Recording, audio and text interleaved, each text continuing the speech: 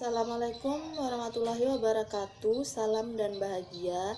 Kami dari kelompok 7 kelas A2 akan membahas tentang laporan keuangan sektor publik.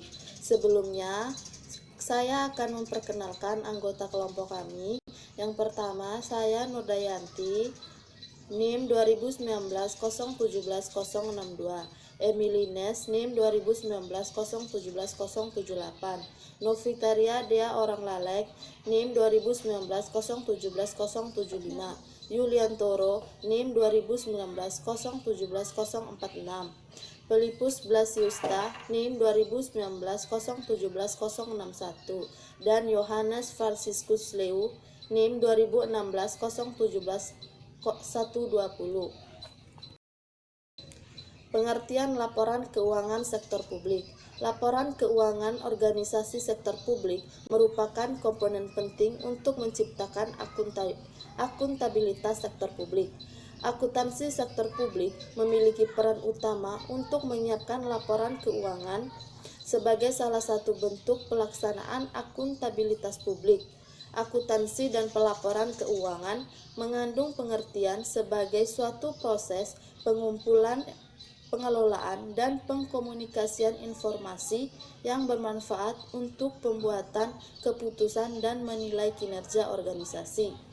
Landgraf 1973 dalam Glein menyatakan bahwa akuntansi secara normatif memiliki 3 aspek, yaitu sifat informasi yang diberikan, kepada siapa informasi tersebut diberikan, dan tujuan informasi tersebut diberikan. Tujuan dan fungsi laporan keuangan sektor publik. Yang pertama, keputusan dan pengelolaan atau compliance and stewardship. Yang kedua, akuntabilitas dan pelaporan retrospektif atau accountability reporting. Yang ketiga, perencanaan dan informasi otorisasi atau planning and authorizing information. Yang keempat, kelangsungan organisasi. Yang kelima, hubungan masyarakat. Dan keenam, sumber fakta dan gambaran atau source of facts and figures. Bagi organisasi pemerintah, tujuan umum akuntansi dan pelaporan keuangan adalah: 1. Untuk memberikan informasi yang digunakan dalam pembuatan keputusan ekonomi, sosial, dan politik, serta sebagai bukti pertanggungjawaban atau accountability dan pengelolaan atau stewardship. Kedua, untuk memberikan informasi yang digunakan untuk mengevaluasi kinerja manajerial dan organisasional. Selanjutnya, secara rinci tujuan akuntansi dan pelaporan keuangan organisasi pemerintah. 1. Memeriksa informasi keuangan untuk memprediksi aliran kas, saldo neraca, dan kebutuhan sumber daya finansial jangka pendek unit pemerintah.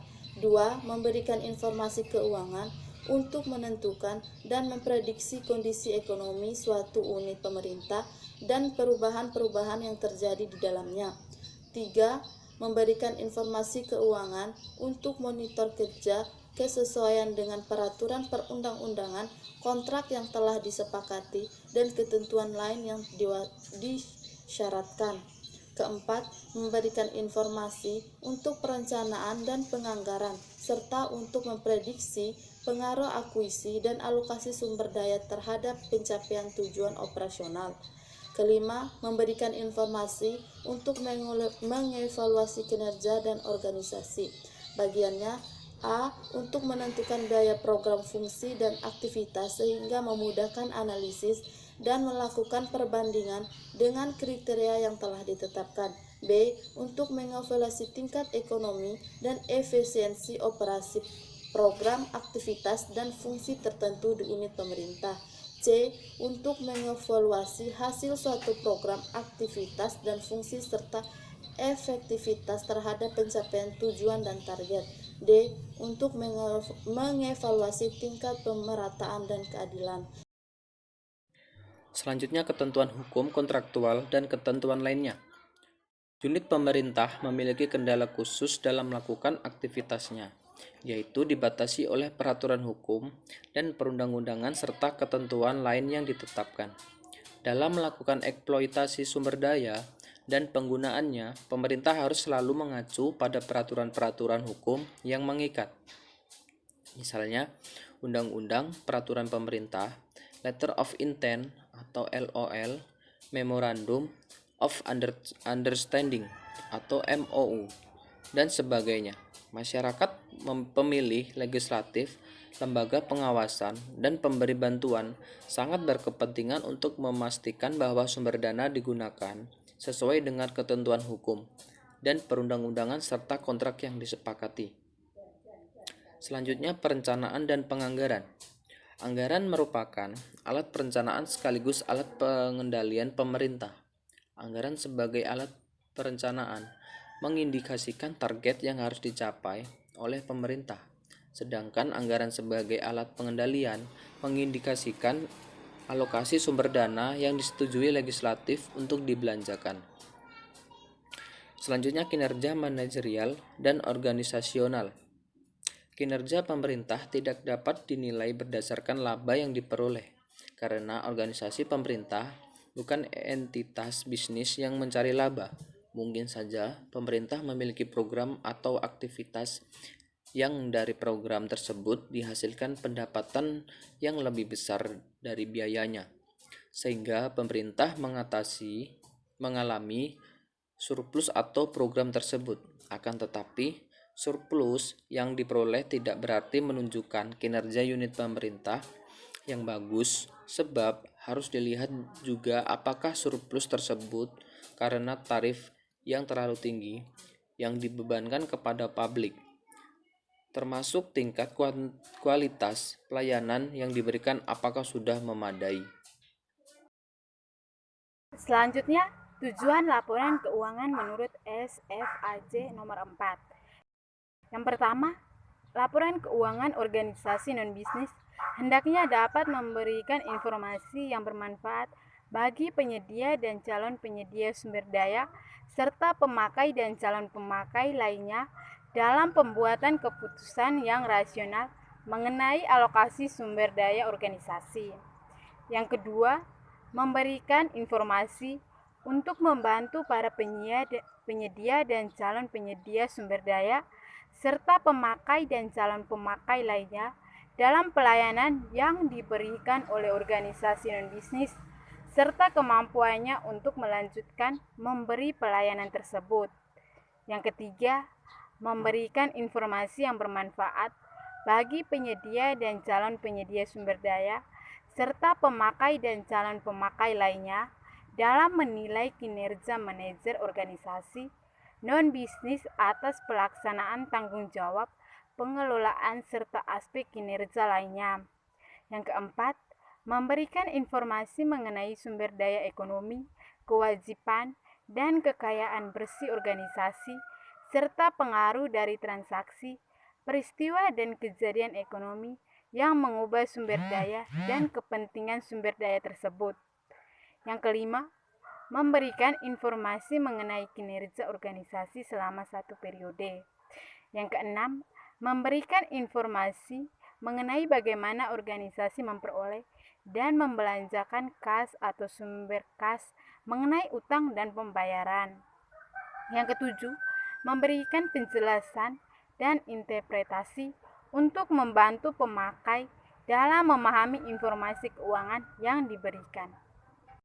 Selanjutnya, sementara itu, Hanley et al. Tahun 1992 mengklarifikasikan pengguna laporan keuangan sektor publik menjadi 12 kelompok, yaitu yang pertama, anggota terpilih atau elected members, yang kedua, masyarakat sebagai pemilih atau pembayar pajak, yang ketiga, pelanggan atau klien, dan yang keempat, karyawan atau pegawai, yang kelima, pelanggan dan pemasok, yang keenam, pemerintah, dan yang ketujuh, pesaing atau competitors, yang kedelapan, regulator, 9, pemberi pinjaman atau lenders, yang ke-10, donor dan sponsor, dan yang ke-11, investor atau partner bisnis, yang ke-12, kelompok penekan lainnya. Selanjutnya, publik menurut Borgonovi dan Anesi Pesina. Yang pertama, menurut pengguna jasa publik, dan yang kedua, masyarakat pembayar pajak. Yang ketiga, perusahaan dan organisasi sosial ekonomi yang menggunakan pelayanan publik sebagai input atas aktivitas organisasi. Dan yang keempat, bank dan masyarakat sebagai kreditor pemerintah. Yang kelima, badan-badan internasional seperti Bank Dunia, IMF, ADB, PBB, dan sebagainya. Dan yang keenam, investor asing dan country analyst. Yang ketujuh, generasi yang akan datang. Yang kedelapan, lembaga negara. Dan yang kesembilan, kelompok politik. Yang kesepuluh, manajer publik. Dan yang terakhir, pegawai pemerintah. Hak dan kebutuhan pemakai laporan keuangan. Pada dasarnya, masyarakat publik memiliki hak dasar terhadap pemerintah. Yang pertama, hak untuk mengetahui atau right to know, yaitu mengetahui kebijakan pemerintah, mematuhi keputusan yang diambil pemerintah, dan mengetahui alasan dilakukannya suatu kebijakan dan keputusan tertentu. Dan yang kedua, untuk memberi informasi atau right to be informed, yang meliputi hak untuk diberi penjelasan secara terbuka atas permasalahan tertentu yang menjadi perdebatan publik. Dan yang ketiga, hak untuk didengar aspirasinya atau right to be heard and to be listened to. Kebutuhan informasi pemakai laporan keuangan pemerintah tersebut dapat diringkas sebagai berikut. 1. Masyarakat pengguna pelayanan publik membutuhkan informasi atas biaya, harga, dan kualitas pelayanan yang diberikan. 2. Masyarakat membayar pajak dan memberi bantuan ingin mengetahui keberadaan dan penggunaan dana yang telah diberikan. Yang ketiga, kreditur dan investor membutuhkan informasi untuk menghitung tingkat risiko, likuiditas, dan solvabilitas. Yang keempat, parlemen dan kelompok politik memerlukan informasi keuangan untuk melakukan fungsi pengawasan, mencegah terjadinya laporan yang biasa atas kondisi keuangan pemerintah dan penyelenggaraan keuangan negara. Yang kelima, manajer publik membutuhkan informasi akuntansi sebagai komponen sistem informasi manajemen untuk membantu perencanaan dan pengendalian organisasi, pengukuran kerja, dan membandingkan kinerja organisasi antara kurun waktu dan dengan organisasi lain yang sejenis. Yang keenam, pegawai membutuhkan informasi atas gaji dan manajemen kompensasi. Perbedaan laporan keuangan sektor publik dengan sektor swasta. Perbedaan perbandingan laporan keuangan pemerintah dengan laporan keuangan swasta. Perbedaannya untuk laporan departemen pemerintah, yang pertama fokus finansial dan publik, kinerja diukur secara finansial dan non-finansial, pertanggungjawaban kepada parlemen dan masyarakat luas, berfokus pada bagian organisasi, melihat ke masa depan secara detail, aturan laporan ditentukan oleh Departemen Keuangan, laporan diperiksa oleh Treasury Cash Accounting. Untuk laporan keuangan sektor swasta, itu fokus finansial, sebagai besar diukur secara finansial, pertanggungjawaban kepada pemegang saham dan kreditur, berfokus pada organisasi secara keseluruhan, tidak dapat melihat masa depan secara detail. Aturan laporan ditentukan oleh Undang-Undang Standar Akuntansi, Pasar Modal, dan Praktik Akuntansi. Laporan keuangan diperiksa oleh auditor independen, Actual Accounting. Untuk persamaan, itu dokumen, terus dokumen sumber, berperan sebagai hubungan masyarakat. Selanjutnya, laporan keuangan pemerintah yang buruk dapat menimbulkan implikasi negatif antara lain: 1. Menurunkan kepercayaan masyarakat kepada pengelola dana publik atau pemerintah. 2. Investor akan takut menanamkan modalnya karena laporan keuangan tidak dapat diprediksi yang berakibat meningkatnya risiko investasi. 3. Pemberi donor akan mengurangi atau menghentikan bantuannya. 4. Kualitas keputusan menjadi buruk. 5. Laporan keuangan tidak dapat mencerminkan kinerja aktual. Luas pengungkapan atau disclosure yang diperlukan. Pemerintah harus menentukan kebijakan yang menjelaskan komponen apa saja yang dapat dikategorikan sebagai pendapatan atau biaya operasi yang tepat untuk suatu unit kerja yang dilaporkan. Luas pengungkapan dan kebijakan-kebijakan akuntansi yang dipraktikkan secara konsisten. Pemerintah diharapkan dapat memberikan informasi tambahan untuk hal-hal sebagai berikut. 1. Fokus pengukuran dan dasar akuntansi yang digunakan untuk pembuatan laporan.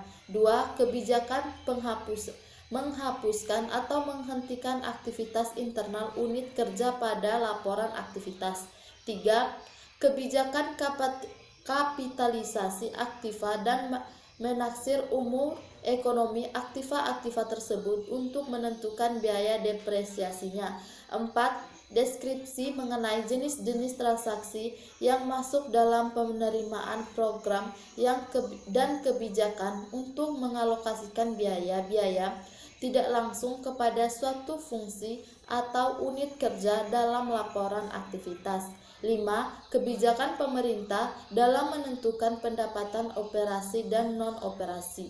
6. Pemerintah harus mengungkapkan secara detail lengkap dalam catatan atau notes laporan keuangan mengenai aset modal dan utang jangka panjang. Aset modal yang tidak didepresiasi harus diungkapkan secara terpisah, dan aset modal yang didepresiasi, informasi mengenai kewajiban jangka panjang meliputi obligasi, utang wesel, pinjaman, utang leasing, tuntunan, dan sebagainya. Terima kasih.